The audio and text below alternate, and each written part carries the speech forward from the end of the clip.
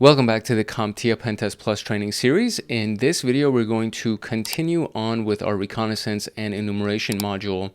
And inside of this module, we are now going to be talking about enumeration techniques specifically. So in the last one, we kind of did an overview. In the very previous episode, we did an overview of recon and enumeration. And now we're going to talk about actual enumeration techniques. And these are going to be the techniques that we're going to be running when we get into the practical section of this training series. And this is where you get a bunch of really useful information about your target system, your target network, and overall the assets that you're going to end up attacking.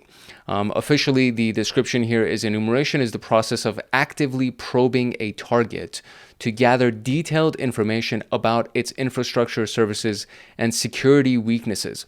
While reconnaissance focuses on gathering passive intelligence, enumeration involves interacting directly with target systems to extract usernames, shares. Shares are file shares where data is stored, assets, files, images, spreadsheets, etc., where those things are stored.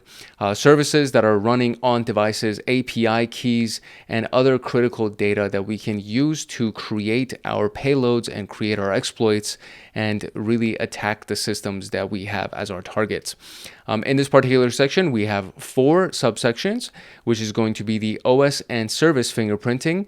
Then we have DNS, directory, share, wireless, local user, and email account enumeration. So this is a pretty robust section right here.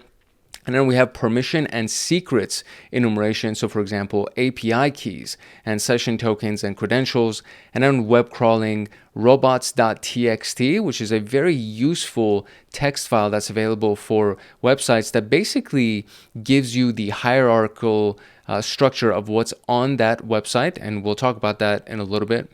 And then of course, the analysis of the website's sitemap. So I'm very excited about this section, and really just we're getting into all of the fun sections of PenTest Plus. So super excited to go on this journey with you, and I hope you are excited too. To get the PenTest Plus notes, practice questions, and to join a supportive community of like-minded people like you, consider joining the Hackaholics Anonymous membership community. We have 4 tiers: the supporter, the agent, the guardian, and the master. And each tier gets their own Discord server and early access to content. The agent, guardian, and master levels will get exclusive content like line-by-line code explanations for how to create cybersecurity and PenTest Plus scripts, like exclusive downloads that they will get. For example, the notes document for this PenTest Plus and everything that I'm using for the lectures, as well as all of the practice questions and everything else that will go along that will be made for the scripts and everything else that we're going to be doing for the PenTest Plus training series. There will be free pre-made monthly Python automations that have to do with system administration, cybersecurity defense, as well as, of course, PenTest Plus and ethical hacking. And then there's going to be monthly live streams with me every single month, plus so many other things that you would get as a part of being a member of Hackaholics Anonymous in these tiers. To join, you can simply click the link in the description below, or you can go to our homepage and click the join button there. Or you can go to youtube.com/@hankhackshackers/join, and you'll be able to join Hackaholics Anonymous. Now, without further ado, let us continue with PenTest Plus. All right, let's talk about OS and service fingerprinting. So the operating system and the services running on that operating system or on that device, that virtual machine. So what is OS and service fingerprinting? What is fingerprinting in general, right? So it's the act of identifying the operating system and the running services on that target machine. And fingerprinting is just another way of saying enumeration. When you fingerprint something, think about what a fingerprint is, right? It is the identifier of a human being. When there's in the world of technology, there is more than one type of, or there's more than one version or more than one instance, I should say. So there's more than one time that you'll end up running across the same operating system or the same service. So it's not like a human being where their fingerprint is super unique and you're not going to find the same fingerprint on another human being's. That's not how it works in technology. In technology, you can find a bunch of Microsoft Windows 11 computers and a bunch of different instances of the Nginx server running, so on and so forth. So but the idea, the concept behind fingerprinting is to identify what that thing is, right? So that's what we're doing by looking at the version of the service or the type of service that's running, the version of the OS that's running. You get a lot of really, really good information about how to narrow down your further activities and create specific payloads. For example, a payload that would be good against a Windows machine may not necessarily work against a Linux machine. So understanding what those things are will allow you to create really customized payloads and exploits and etc. And then so attackers will actually use this information, attackers as well as pen testers, because we're going to be pen testers. We're not going to be attacking an organization maliciously. We're doing it with permission. And our job is to use the information that we gather through fingerprinting to determine known vulnerabilities and plan our exploits and our attack vectors and everything that we're going to do once we have this critical information about what the OS is and what services are running, so on and so forth. So we're going to dive a little bit deeper into each one of these two. First up is OS fingerprinting. So OS stands for, again, operating system.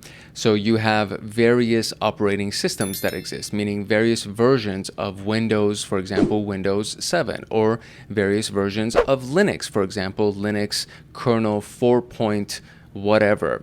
And so the Windows 7 vulnerability, the most common vulnerability, or I guess we should say the most publicly known vulnerability that we have used in various exercises on this channel even, is the Eternal Blue vulnerability that exists, that you can literally run Metasploit and just pull up the Eternal Blue payloads that already exist and just run it, and you'll get a remote shell on the Windows 7 machine. And it's scary how easy it is. So, you know, as long as you don't have Windows 7, if you have an updated version of Windows, you don't have to worry about the Eternal Blue vulnerability, right? So knowing what the version of Windows is that's running on a given machine will actually be very useful for you. And we already talked about using Shodan and Shodan.io, and you can actually go on Shodan and look for Windows 7 machines. And then you'll find dozens of them, if not hundreds or thousands of them, all across the world. But then you can even narrow down on an organization, right? So like a company. And I love there's a scene in Mr. Robot where he does this, and he's looking at E Corp, right? Evil Corp. And he's looking at the machines inside of Evil Corp because it's this mass conglomerate. They have thousands of endpoints, and he's looking for a specific version of Apache because he knows that that version of Apache is vulnerable and he can exploit that version of Apache. So if you know what versions of these operating systems are vulnerable, you can then go ahead and search by those system versions in a tool like Shodan.io, and then find those things for a given company and use that as your way in. Linux kernel 4 point whatever, so it could be 4.1, 4.2, whatever. This is vulnerable to the dirty cow vulnerability, the dirty cow exploit, which is essentially another way to gain command line access to that given machine. And you can do the same thing. You can go to Shodan.io, look for a Linux kernel 4 point, etc. And then from there, you know that you can actually take advantage of that machine by going after the dirty cow exploit. And we're going to talk about how to get access to these things. And a lot of them are readily available on Kali Linux because Metasploit has so many payloads that just come pre-installed into it, and you can run wild doing a bunch of different exercises. So we're going to do that when we get to the practice section. All right, don't worry about it. I promise we'll get there. The techniques for fingerprinting, for OS fingerprinting, could be active or passive. And it's very similar to active or passive reconnaissance. So active fingerprinting involves sending specially crafted packets. So if you don't know what packets are, I would refer you to the Network Plus training series so that you can understand the difference between a frame and a packet. But essentially, packets are delivered to a device through the internet, right? And they contain various types of data, various different elements, and there are frames inside of packets, right? So you would send specially crafted packets using a tool like Nmap to determine the OS's behavior. And that is an active fingerprinting attempt, and Nmap is detectable by an intrusion detection system, right? So when you're using Nmap, you need to do certain activities to make sure that at the very least your scan is as undetected as possible, but it's Nmap and you're scanning the network, you're scanning the system. So you can really try, but some really strong systems, security software are very, very good at detecting scanning activities using Nmap even if you do the best that you can to make sure that it's not a loud scan. So we have quiet scans or stealth scans, and then you have loud scans. So if you do the best that you can to make sure that you're doing a stealth scan, they can still detect you if they know what they're looking for, if they've configured their security tools properly. So this is active, meaning that it is detectable through the security softwares that are being used on the defensive side. Passive fingerprinting is analyzing the network traffic characteristics to determine, based on the data that you're analyzing, you can kind of come to a conclusion that, oh, I think it's this kind of system. And I'll give you a couple of examples of that in just a couple of minutes here. But these are just the general tactics that we have for OS fingerprinting. And I already mentioned Nmap to you, so this is an example query that you can run with Nmap. You would literally just type Nmap and then you would do -O, and this is the flag that or the option that we choose with Nmap to check for the operating system. So think about O as operating system, and it's going to get you the operating system on the target website or on the target IP address. So you can give it a website, a domain, or you can give it an IP address, and it'll run the same exact series of options. And in this particular case, it's going to search for the operating system. This is one of the loud scans with Nmap. When you do -O, you're going to send full TCP packets, right? TCP packets that are going to try to make a full TCP handshake.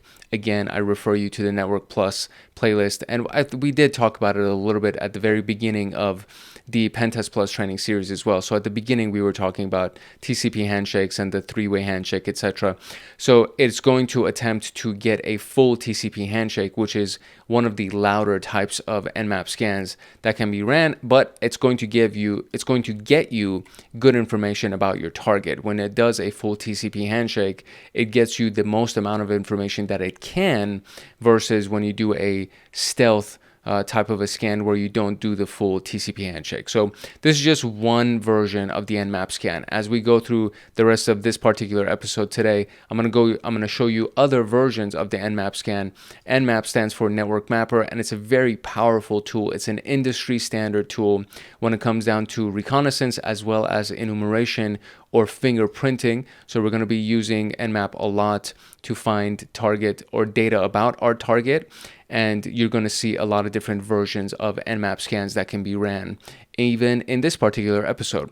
There's another tool that's available, which is the POF, but O in this case is actually 0. So it's the number 0. So P0F, and then you would give it the interface that you're trying to scan. And this is a passive OS fingerprinting attempt. And in this particular case, we're implying that we know the name of the interface. So you're either on the local network and you know the interface that you're scanning, or through your previous reconnaissance tactics, you figured out the interface that you're scanning. But in this particular case, in this specific query, it's implying that you're on the machine that you are going to be scanning, that you're using the passive OS fingerprinting tactic here, because there's no other information that's available here, right? So we have not given an IP address, we haven't given a domain name. All we're doing is we're just saying that this is the interface that I want you to scan, and it's going to scan it. But it just by the query itself, we can conclude that we're on the local machine. We're running this on the local machine. Now, this is a very interesting little tactic to try to kind of fingerprint the operating system. is the TTL data. So TTL stands for time to live, the amount of time that it took for the thing to go live and to become accessible.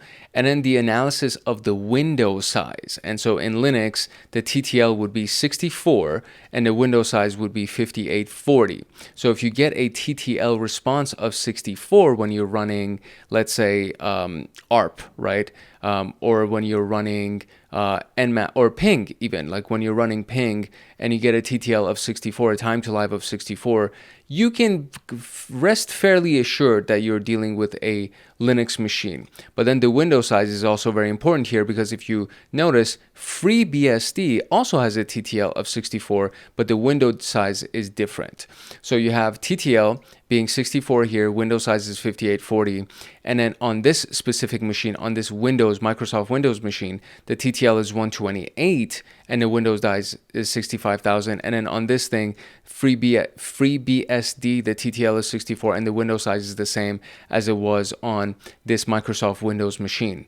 Now, I really want to make sure that you understand this whole TTL, time to live concept, as well as the window size. So we're going to read a little bit more about this so you can hopefully get the full picture. So TTL is time to live, and it's a value that's inside of the IP header of a packet that indicates the maximum number of hops, meaning each hop is going from one router to another router. And the maximum number of hops that a packet can traverse before being discarded or being dropped to prevent endless loops, right? So the operating systems often set a default initial TTL value for outgoing packets. And each time a packet passes through a router, the router decrements the TTL by 1. So instead of incrementing, going up by 1, it decrements by 1, meaning it comes down by 1. So by observing that TTL value of a received packet, you can basically conclude that the initial TTL set by the sending OS, what that is. And to do this, you need to consider the number of hops that the packet has taken to reach you. On a directly connected network, the observed TTL is likely the initial TTL minus 1. For remote hosts, you typically see a lower value because it's going through more hops. If you're on the same network, it's not going to take that many hops. It's probably going to take 1 or 2, 3 hops, depending on how many routers are on your network. But if it's on a remote host, if it's not inside of your network, it has to take more hops to get to where it needs to go. Therefore, the value will be lower because each hop decrements the TTL by 1, okay?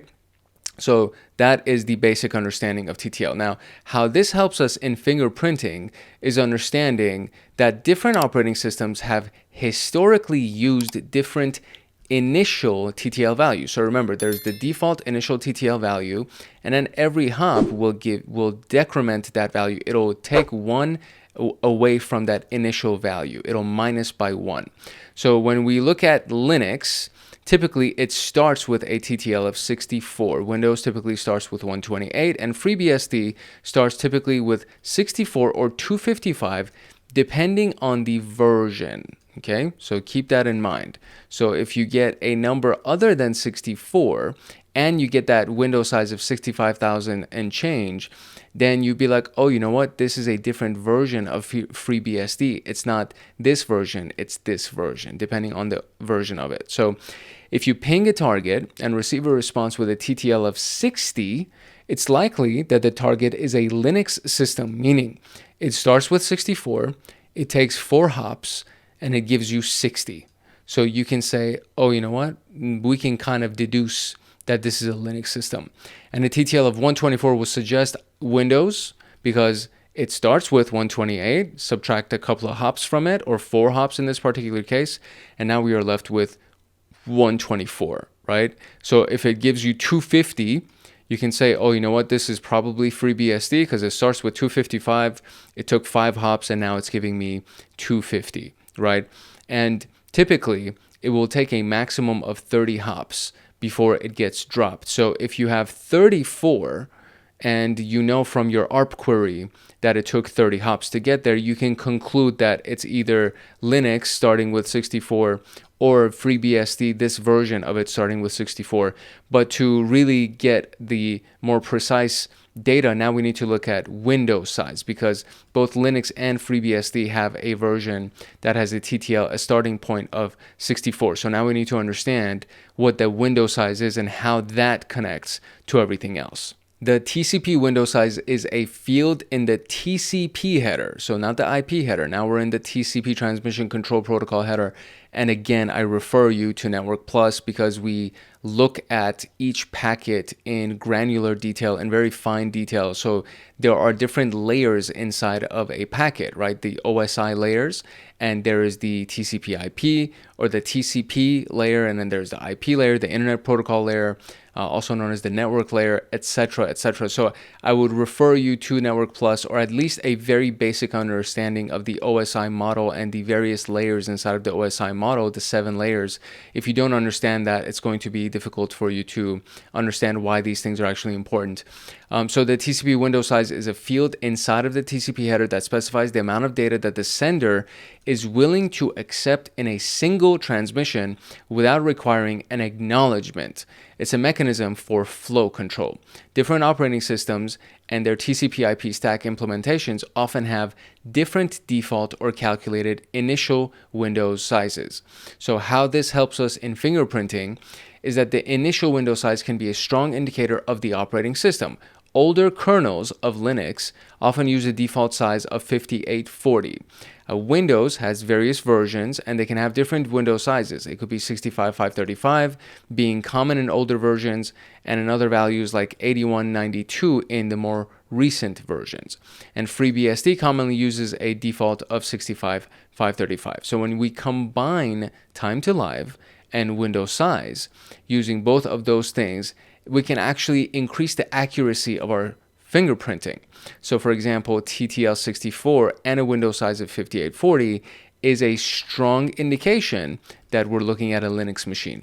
TTL128 and a window size of 65/535 often indicates Windows, though older versions have other configurations, right?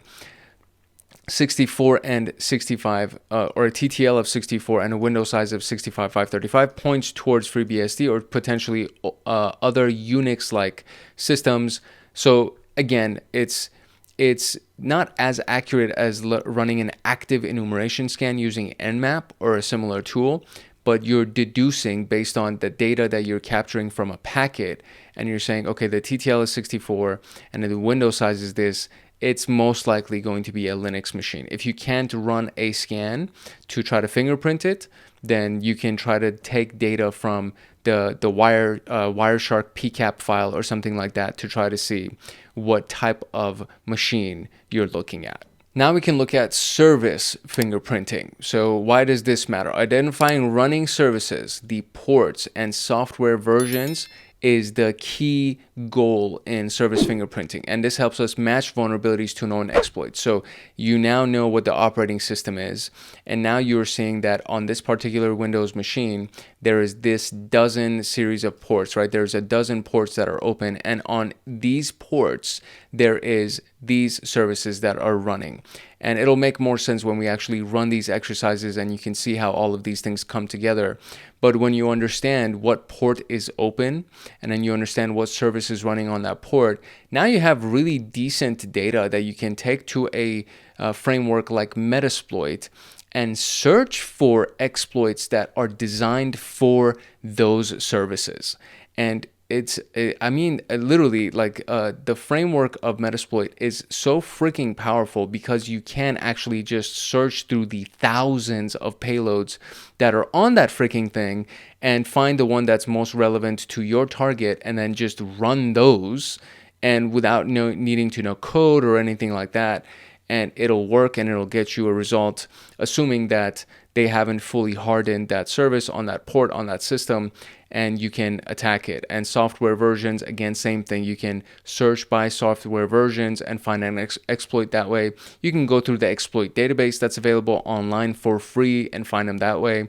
There's so many different ways that you can find exploits for a given vulnerability. Once you know what the version of the software is, what the version of the service is that's running, and what the version of the operating system is, what the version of the web server is, just finding all of that data becomes so freaking handy handy when you're trying to find vulnerabilities and create exploits for those specific vulnerabilities. So this is why service fingerprinting comes into play. It's the other side of the coin for OS fingerprinting. So once you understand what OS you're actually dealing with, then you can go further, deeper into it and try to find what services are running on that OS, what ports are open, what software versions are running, and then how any of those things might possibly be vulnerable to known exploits. Or you would then kind of run through a variety of different databases to try to find exploits for the vulnerabilities, or combine a few different exploits to create an attack for that vulnerability. You got to get creative. At some point, you got to get creative when you have a target that has done a decent job of increasing their security posture and hardening their systems. But sometimes it's low-hanging fruit, and you can just get in there by running exploit or a metasploit and finding an exploit inside a metasploit that you can run against the given service port or software. So this is a very easy one, or at least the very first one is kind of like a really simple one where you extract the information by just connecting to an open port, and you can connect to it via running kind of like a get query through the I can't believe I am drawing a blank. The request, there you go. You're running a get request. So it's a request library that's available on Python. It's available through Bash or any kind of command line, really.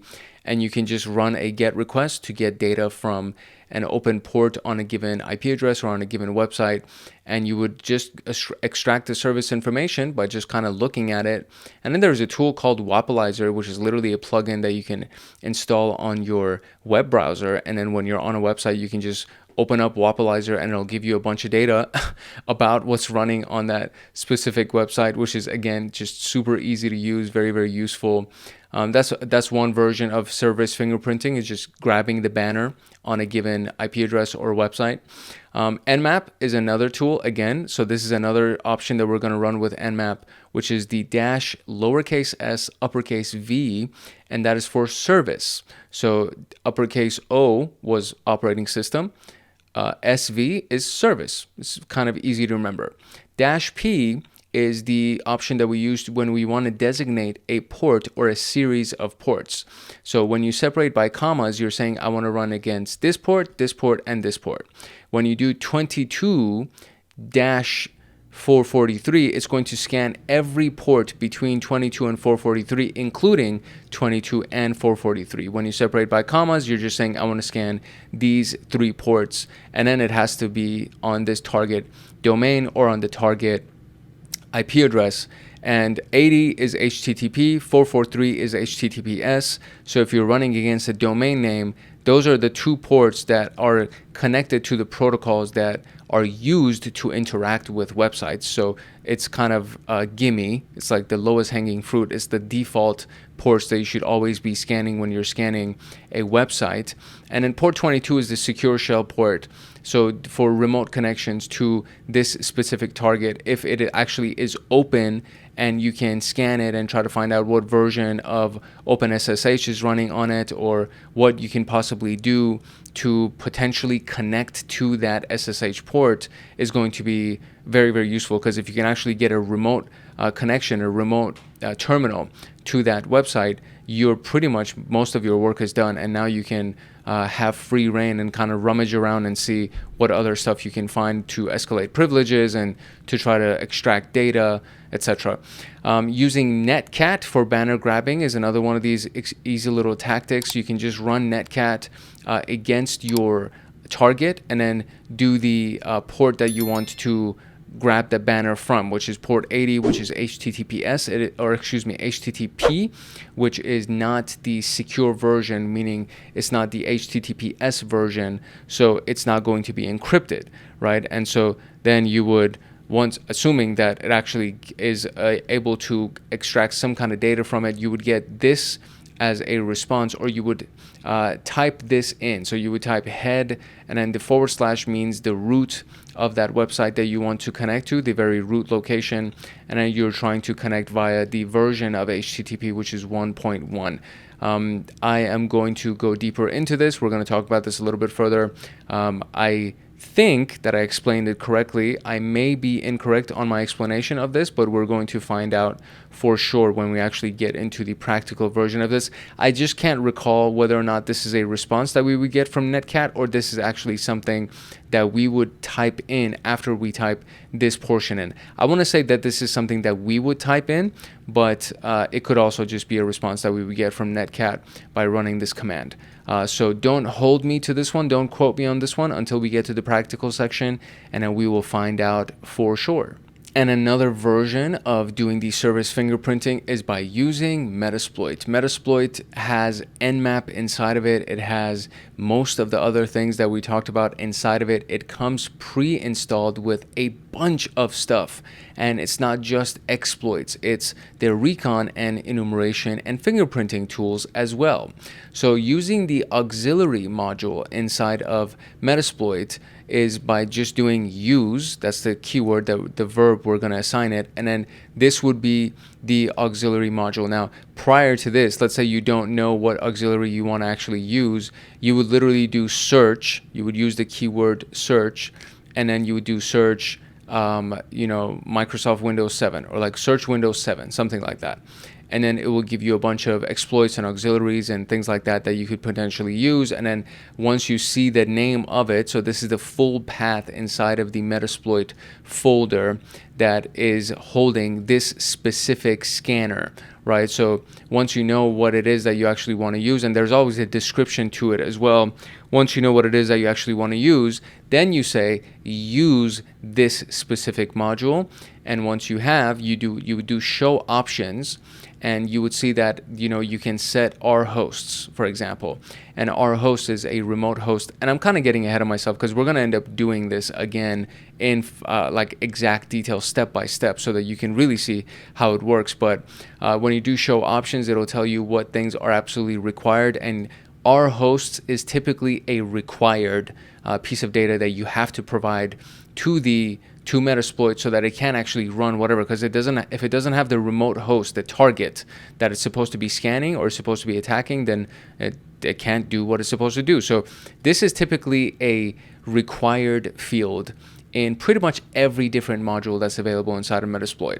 And then once you've set that option, then you just do run or you do exploit, and basically it starts working, and it'll go and do whatever the specific module itself is designed to do. In this particular case, it's scanning, and it's trying to get the HTTP version that we would use or we would need so that we can further gather data and ultimately create an exploit against that specific vulnerability. So here are our common tools for service fingerprinting. We have Nmap, which we've talked about already, Netcat, which we've talked about. WhatWeb is a web-based identification of web technologies, and a Wapalizer, which I already mentioned as well. It's a browser extension. It's a browser plugin that can detect the content management system, libraries and frameworks, and a bunch of other stuff too. Wapalizer is pretty powerful. It's a really, really cool tool, and you can use it to detect a bunch of things on a given website. I think I have it installed on my browser right now. So let me see if I can go ahead and do like a quick little thing right here where we run it right here, and it is right there. So there's my plugin. Click on Wapalizer, and then I'm technically on Google Docs right now, so it's going to show us a bunch of things that have to do with Google Docs. So for analytics, this is what they're using. Their editor is this. The web server is OpenGSC. For Google, JavaScript frameworks, security, programming languages, JavaScript libraries, font scripts, miscellaneous stuff that might be. So they're using HTTP3, right? This is so much data from a free plugin. You see what I'm saying? It's like, it's crazy. So when you're looking at somebody's website and you just run Wapalizer and you just open it up, it'll give you all the stuff that they have. And it's like, oh no, they're using HTTP1, etc. And then you can kind of go and just use that information for further reconnaissance. So very, very powerful tool, very, very useful tool.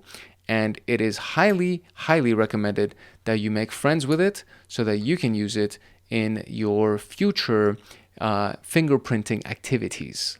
All right, moving on to this big chunk right here. So DNS directory, share wireless local user, and email enumeration. It's a big piece right here.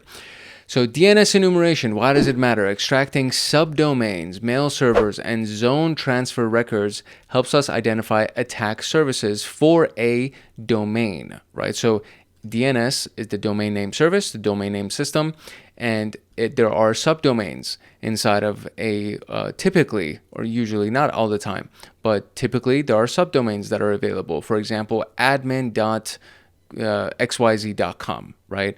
So that's a subdomain. And xyz.com would be the main domain. Admin.xyz.com, the admin portion would be the subdomain. Finding out where their mail servers are, because a lot of times they do have mail servers on their actual website as well.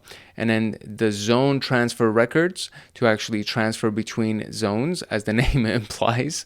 And all of these things, they just allow you to identify various attack surfaces, that might be available on that specific domain name. There are a couple of common DNS enumeration techniques. One of them, the very first one, is the whois lookup. You can actually type whois inside of your terminal and then just give it the domain name, or the typically the domain name that you're looking for. There's also whois websites online that are available for free that you can just go and drop the domain name inside of their search bar, and it'll give you domain registration details and a lot of other stuff that would actually be useful for you. Then we have the DNS zone transfer, the AXFR attack that's available by using dig. Now, dig is a command line tool that you can use to extract similar type of information that you would get from whois, but you also get a lot of other information. And in this particular case, this is the domain as well as the subdomain that we have available that we're trying to attack here, or we're trying to get some enumeration against. And then we have the actual domain itself as well. And then AXFR, which is the option that we would give when we're trying to use dig in this mode to do the zone transfer type of attack, to try to get that information about the zone transfer for this specific domain name. To brute force subdomains, you can do subfinder and then give it the domain as the target, which is in this case target.com. It will give you subdomain. You can also use GoBuster. GoBuster is one of my favorite tools when it comes down to domain enumeration, and GoBuster has directory finder as well as vhost, virtual host finder. It has a bunch of different options that you can use to get subdomains, to get extensions to the domain. So like target.com/admin or /login, all of those it'll find for you. It'll find subdomains for you. It can find virtual hosts for you. Very, very powerful tool. But then you can always just use subfinder as well. Then we have the reverse DNS lookup. So if you do NS lookup, which is another one of those kind of default command line tools that's available, and you would use this to see what the domain name is for this IP address, or the other version where you do NS lookup and then you give it the domain name and it'll give you the IP address. You can also use web-based NS lookup tools. One of them is nslookup.io, and then you just go there and you type the IP address or the domain name, and it gives you a bunch of information about that IP or domain. The common tools for DNS enumeration would be DNS Dumpster, which finds subdomains, Amass, which is an automated DNS enumeration tool, and the Harvester, which is a Python series of scripts that you can use to extract emails and subdomains from public sources. Really, really powerful series of scripts inside of the Harvester suite. And I've actually used it in a couple of videos before as well. Very, very useful tool. You just need to download it and make sure that it's installed and unpacked so that you have it available, and then you can just run the Python script for the Harvester. Next up is the directory enumeration, and this covers it uncovers hidden files and directories that can expose sensitive data. So a directory would be the / after the domain name, right? Google.com/maps, for example, that would be a directory inside of Google.com. And so you can find a lot of interesting information by doing a directory enumeration series of scans. And again, GoBuster is my go-to tool to try to find something for directories as well as subdomains. This is what a sample GoBuster query actually looks like. So we are using GoBuster in dir mode.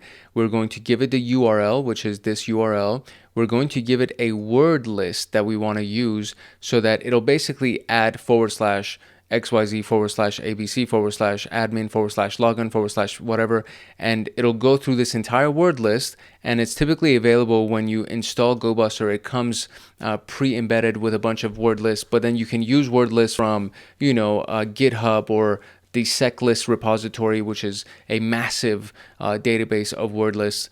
And you just give it a word list and it'll go through every single entry inside of that word list and see what it can find for you as a directory for this domain name. So the target.com/whatever would end up being the directory, and it can brute force those directories for you. I love GoBuster because it can do so many different things. Another one is wfuzz, which is very similar to what GoBuster does, and we give it the file, which is what we're going to be using in this case. Again, it's another dictionary, right? So it's a word list that we're going to give it, and then we're going to look for these specific response codes as a response to potentially something that we don't want. So if it's 403, it's forbidden, we don't want to see it, right? The series of 400 response codes and the series of 500 response codes means that we can't access those web addresses, so we don't want anything to do with them. Again, we'll go into the details of all of these queries when we actually get into the practical section. I'm just kind of showing you some examples here. And then what happens with wfuzz is that whatever you put this fuzz, this capitalized fuzz in, is where the entries of this word list are going to be. So technically, if I do the fuzz at the very beginning, it would technically try to fill in all of these entries at the very beginning.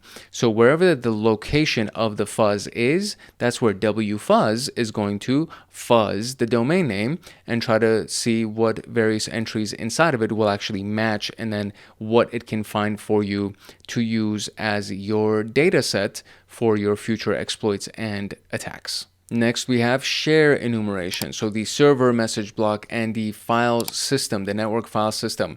This is where shares are stored, right? So file shares, exposing sensitive files or sensitive locations where files are stored.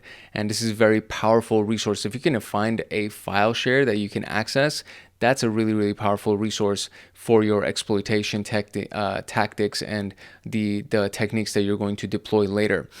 So the common SMB enumeration commands would be using the SMB client and then looking at this link to try to see for the user guest, for example, if the user guest can access any kind of file share on this specific domain name. Nmap is also usable for this specific concept because it has a bunch of pre-embedded scripts inside of it. For example, the SMB enumeration share script that you can run against port 445, which is typically a port that's assigned to these shares, and then you would give it the target domain and then it'll run it and it'll try to find those shares for you.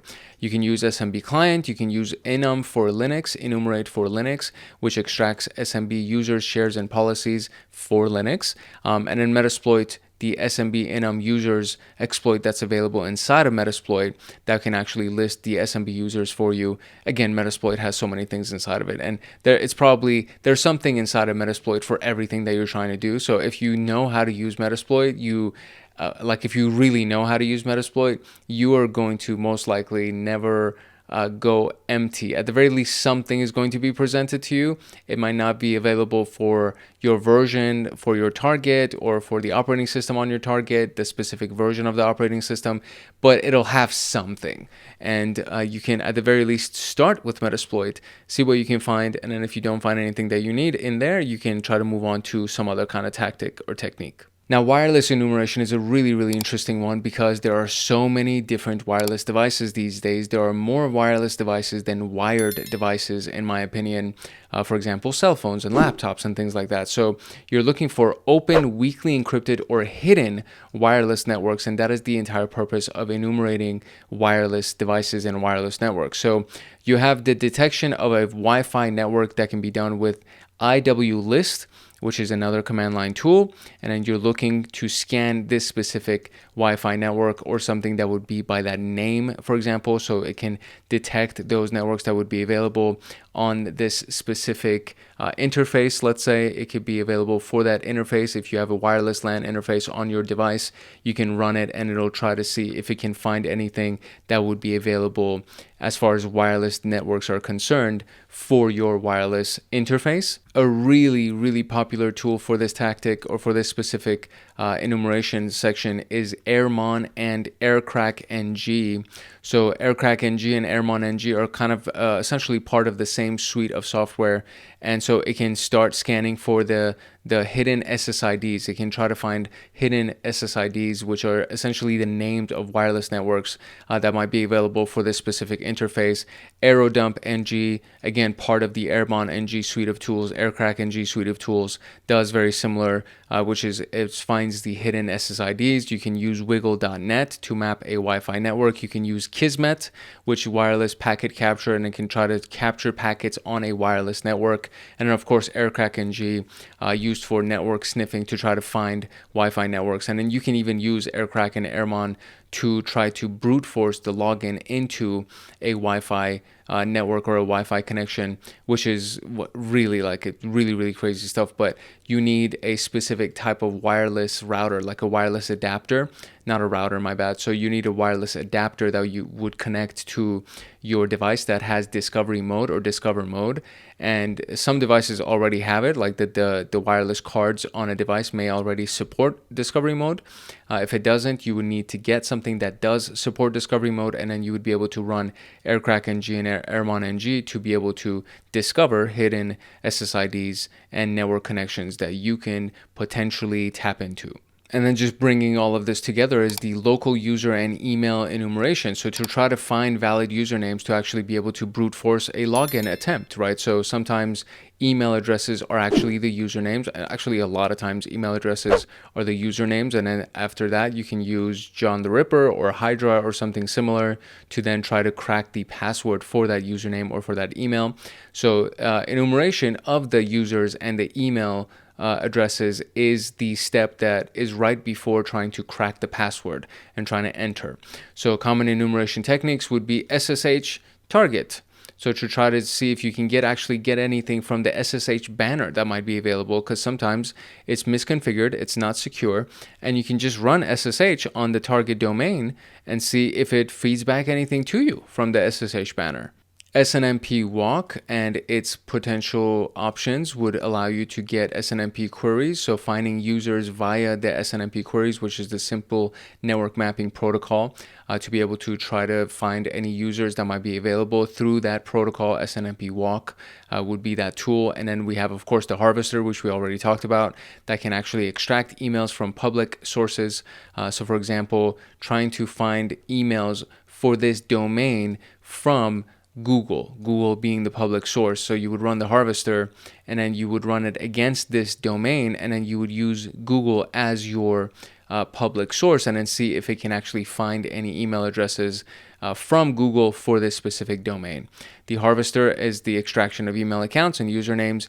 Metasploit has another auxiliary tool that's available for us. I think we already talked about the SMTP enum.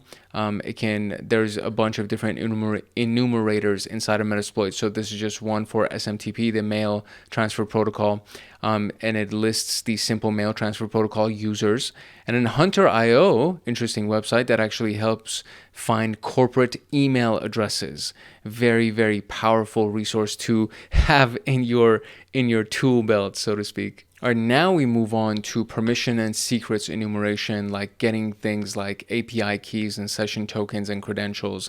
And API keys and token enumeration is important because those things, the API keys and tokens, grant access to cloud services, databases, and APIs. So the programming interface that's available, right? That's what an API key allows you to do. API keys are the future, in my opinion. Like, if you actually know how to use API keys, even just in your own world, right? Not even trying to crack into somebody else's. If you just know how to use the API of ChatGPT to train GPT to do something for you, that's a really, really powerful skill set that you can use. Tokens are those things that are temporarily granting you access to a cloud service and a database. And if you can capture somebody's token, then you can try to capture their session and then get into their cloud device or their cloud service, and then try to get data from them, or try to get resources from them, or try to imitate them, or impersonate. There you go, trying to impersonate them, and then do the things that they have permission to do. So these are very, very important permission and secret data points that can help you enumerate and ultimately get access to very, very or potentially important and critical systems. One of the most common ways that you can actually do this is by using a Google dorking technique or a Google hacking technique. So by looking through GitHub, which is the site that we've assigned, we're going to look for the phrase API key or AWS secret access key to see if anything can be pulled up. You could just search for API keys inside of GitHub with the thought in mind that whoever the developer was that developed a certain repository didn't remove the API key, or they didn't remove the secret access key. And these are key specific terminologies. These are technical phrasings that exist that would actually be inside of source code that you would find. Next to this, you would find an API key. Next to this, you would find a secret access key for AWS, because that's the technical jargon. You can use the curl command that will basically just pull the data from this specific web page right here. And then through that web page, you would then grep for the API key variable and then see if there's anything that's available as far as the value for that variable. And then that very, very basic command, you're just using a curl command to pull the information from this website, but you're just looking at the source code of that web page. You're not seeing the graphical version of it.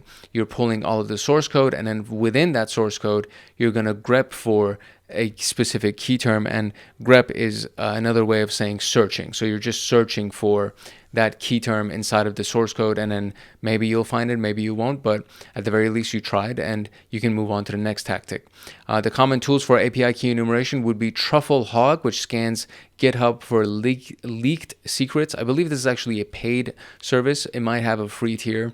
There's GitRob, which finds sensitive files in repositories. So finding things inside of repositories is one of those things that obviously, as you can tell, is kind of like a tactic that you should at least try, because developers can be careless, or they may not know any better, and they just kind of uploaded source code with API keys inside of it, and that would be a bad thing for them, but you trying to penetration test could actually find something very useful. So if you know what the site location is for a given company, like if you know that they have a GitHub repository, and you can go to the address of their GitHub repository and then start searching for these types of things in all of this stuff in their repo, you might be able to find something, and then that would end up being a low-hanging fruit for you.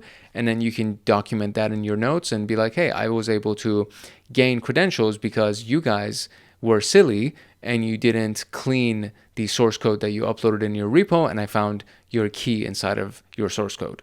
And finally, we are at web crawling, the robots.txt file, and sitemap analysis. So web crawling and robots.txt. Robots.txt allows, or it contains, disallowed directories that attackers can exploit. So it basically contains the sitemap, so to speak. And it's a text file that contains that information. And inside of that, it could potentially contain disallowed directories. If they have not cleaned up their robots file, then you can potentially find directories that are sensitive directories. So if you curl the HTTP targets robots.txt, and for search engine optimization, for SEO purposes, it's encouraged for websites to actually have a robots.txt file, because search engine crawlers go through that file to try to find all of the different extensions or directories for a given domain name so that they can index it. So this is actually something that we're trying to leverage, because we know that it's a requirement for websites to have a robots.txt file. And if the web developer if they were careless and they didn't clean up their TXT file, and there were certain directories that should not be publicly accessible, if they're still inside of this, then we can leverage that information to go ahead and further our attack. This is a wget query that can find hidden links for you as well. So wget mirror convert links, and then this would be the target domain name. And then these options from wget will potentially discover hidden links for you on this specific target domain. These are some other tools. Burp Suite Spider. So Burp Suite is another one of these really common tools that you're going to hear about a lot, especially in the context of web application pen testing or website pen testing. Very, very cool tool, very powerful tool. The community version of it provides a lot of different options for you and a lot of different tools that you can use. And then the paid version is massive. It's super, super robust and useful. And it's with one of the most common tools, like one of the industry standards when it comes down to web application testing. And inside of Burp Suite, there's the spider tool that will map the website structure. It will act like a search engine spider, and it'll go through the entire thing and try to find it for you. Find all the different links and domains within subdomains and directories inside of that website for you. Nikto is a very, very useful tool as well. It's a command line tool that scans for vulnerabilities against a website. HTTrack or HTTrack, I guess we should say, is a website mirroring website that will essentially mirror all of the links inside of the website to try to find information for you. Another one that was just at the top of my head, Zap. Zap is from the OWASP people, and it's another one of those open source things that will allow you to spider or crawl a web application to try to find all the different links and the directories and subdomains inside of it. And with all of that, we are now at our practice questions for section 2.2. As usual, we have multiple choice questions, multiple response questions, and then there will be some performance-based questions. But the performance-based questions are not going to be in the slideshow that I'm about to share with you. They're actually inside of this Google document that I'm using for the lecture. So if you actually sign up for Hackaholics Anonymous, you'll get access to the Google document as well as the slideshow, and you'll get some notes, I think, throughout this whole thing, at the very beginning at least, and towards the end of every single episode.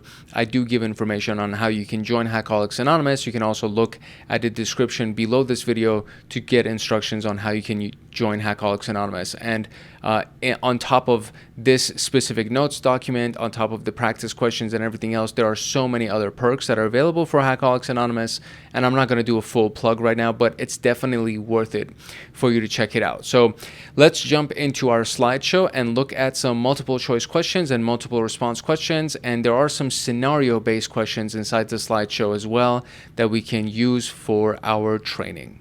All right, here we go. Enumeration techniques. Question number 1 is, which of the following tools is most commonly used to perform OS and service fingerprinting?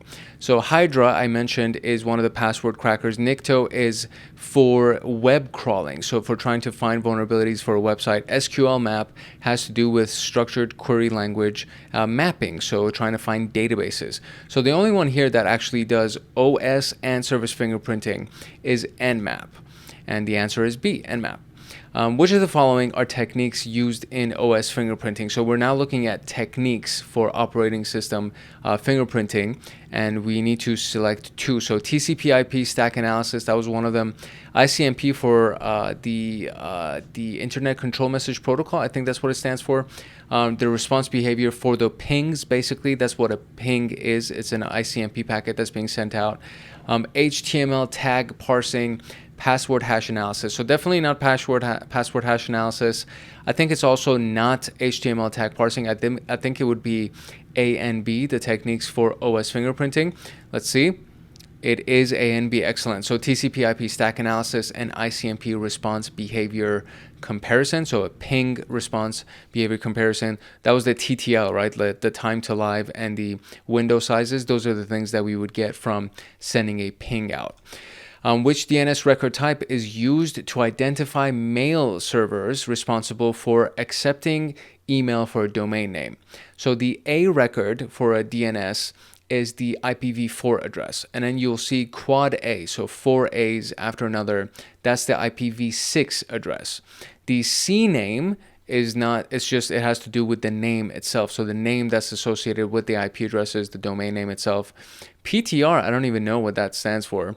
MX is for the mail. So the mail exchange is what MX is. And so we're looking at mail servers, which would be the MX record. Very good. Which of the following tools are commonly used for DNS enumeration? We need to select two. So DNS Enum, that's kind of a gimme. I wonder if that's actually one of our answers. Dig is for DNS enumeration. AirCrack was for Wi-Fi, and Burp Suite was for web applications. So DNS enumeration, I'm going to say for sure Dig, and I think DNS Enum. So, okay, there we go. Which of the following best describes the purpose of wireless enumeration? Identifying devices using a specific subnet. Not necessarily, no. Discovering unprotected services on a LAN. That's pretty good, yeah. Detecting access points, SSIDs, and client associations. That's pretty good. I think that's like probably the answer right there. Exploiting SQL injection vulnerabilities has nothing to do with trying to find wireless enumeration or trying to run wireless enumeration. You're trying to get database information and injecting queries into a database by doing SQL injection. So that's not even relevant here. So I would say the answer is C. Excellent. Detecting access points, SSIDs, and client association. Which of the following techniques is most effective for identifying hard-coded API keys or secrets in public GitHub repository? So stuff that's inside of their source code. Whois lookup gets information about the domain registrar. Metadata scraping, I'm going to say no. I don't think inside of the metadata there's going to be API keys. It could, but I don't think it is. Regex-based pattern search, that could be an answer. So regular expressions, using patterns for searching through stuff with regular expression patterns, that could be it. DNS brute forcing is trying to brute force domain name, subdomains, and directories, and I don't think that's the answer. So it's definitely not A. It's definitely not D. I would say it's between B and C, and man, it could be. It's a toss-up. I'm gonna say it's C, but I feel like it could also be B. So let's see, what is it? It's C. Excellent. So regex. So regex-based pattern search. So using regular expression patterns. If you don't know what that is, there's a video on this channel, a very good video, if I may say so, about regular expressions and what they are and how you can learn them and use them to do searches through a bunch of data by creating patterns of things that you want to search for. And that's a very, very powerful skill set. So if you don't know what regex is, I would highly recommend you learn it and go watch that video. All right. Which of the following represent valid enumeration targets during secrets discovery? And we need two. So environment variables containing API credentials. That's great. So when you're doing secrets discovery, right? So you're trying to find secret information. So API credentials, very, very useful. Configuration files in web root or repositories. That's useful, yeah. License keys in EULA agreements. User agreement, I think that's what EULA stands for. SSL certificates used for public key exchange. I don't think it's the SSL certificates. Environment variables is definitely one. Configuration files in web roots or repositories, license keys. I'm going to say A and B. Okay, great. Configuration files have a lot of great information in them. And if they're inside of a web root or a repository, there's a lot of information inside that config file. And an environment variable like that API key, right, or the AWS secret, whatever that thing was, that contain API credentials are very valuable as well. They count as secrets. What is the primary purpose of analyzing the robot.txt file? And we're trying to find things that are hidden, right? So trying to find links that are not available to the search engine. So locating files in boot process, that has nothing to do with this. Identify files and directories the site administrator wishes to hide from the search engines. That's the answer. I don't even need to look at the rest. To brute force credentials for login pages, that's not it. To detect SQL injection vulnerability, that's not it either. So the answer is B for sure. Yeah, identifying files and directories that the person wants to hide from their search engine. Which of the following are useful tools or techniques for web crawling and content discovery? Select three. So the Burp Suite Spider for sure. Sitemap XML, for sure. ARP scanning, no. The ARP scan gives us the number of hops that a packet takes to get to its destination. So it'll give us information, I want to say, about like the path that it'll take, but definitely not for web crawling. So Burp Suite, yes. Sitemap XML, yes. GoBuster, for sure, because it can give us subdomains as well as directories. So I'm going to say A, B, and C. Yes, excellent. Okay, cool. Scenario: you are conducting a web application pen test. The goal is to gather as much intelligence as possible without directly exploiting any vulnerabilities. You begin by reviewing the site's robot.txt, parse the sitemap XML, and run GoBuster with a word list on the admin directory. And you discover several hidden pages, including backup, dev, and config.php. Which of the following best describes the type of activity? Oh, I see. So, I mean, we're enumerating. So we're not exploiting, we're not lateral movement. So exploitation would come before lateral movement, because if you're doing lateral movement, you've already exploited the network and the system and you're already in. Web content enumeration sounds pretty solid. Passive OSINT is not it, because you're actually running GoBuster, and GoBuster would be active. So we're not doing passive open source intelligence. We are actually enumerating web content. Very good. The answer is C. During an internal test, you use crackmap.exec to enumerate open SMB shares and find a shared folder with a .env file. Inside the file, you find AWS access keys and a secret token. Which enumeration types were involved in this finding? Share enumeration, because we're looking for the SMB shares, right? So we're going through that. And then secrets enumeration, because we found AWS access keys. We're not looking at a zone transfer. We're not doing password spraying, which is a brute force attack tactic. So we're doing share and secret enumeration, and boom, heck yeah. I got all the answers right this time. I'm pretty happy about that. And all right, so moving on to section 2.3, the enumeration technique itself. Oh, I feel like that's actually, I just copied the last slide header. So section 2.3 is not enumeration techniques. I don't know what it is, but you will find out what it is when we actually get to section 2.3, because we just finished enumeration techniques. So my bad on that. I did not change the title for this specific slide. When I create these slideshows, I copy the title slides and then I just modify them because the format of the text and stuff. So in this particular case, I forgot to actually change the name. So my bad, but you'll find out what it is when it comes out. So it's a surprise, right? You'll find out what it is when it comes out.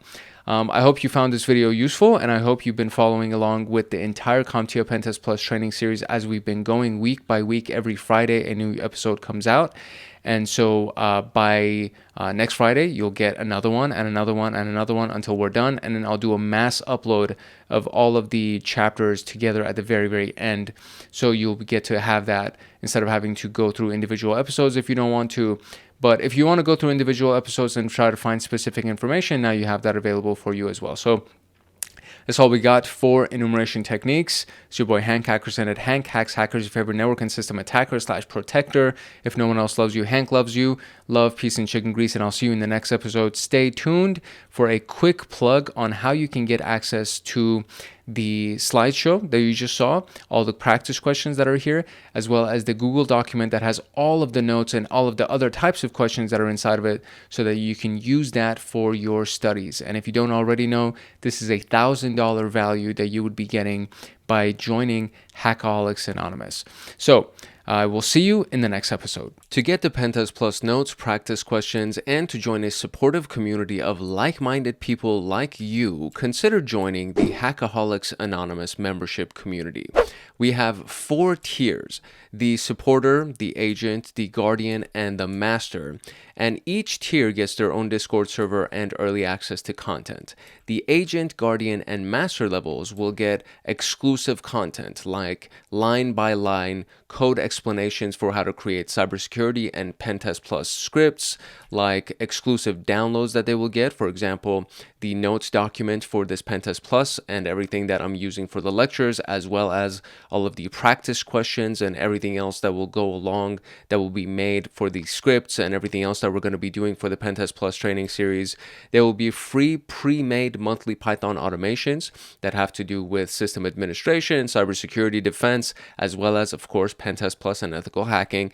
And then there's going to be monthly live streams with me every single month, plus so many other things that you would get as a part of being a member of Hackaholics Anonymous in these tiers. To join, you can simply click the link in the description below, or you can go to our homepage and click the join button there. Or you can go to youtube.com/@HankHacksHackers/join, and you'll be able to join Hackaholics Anonymous.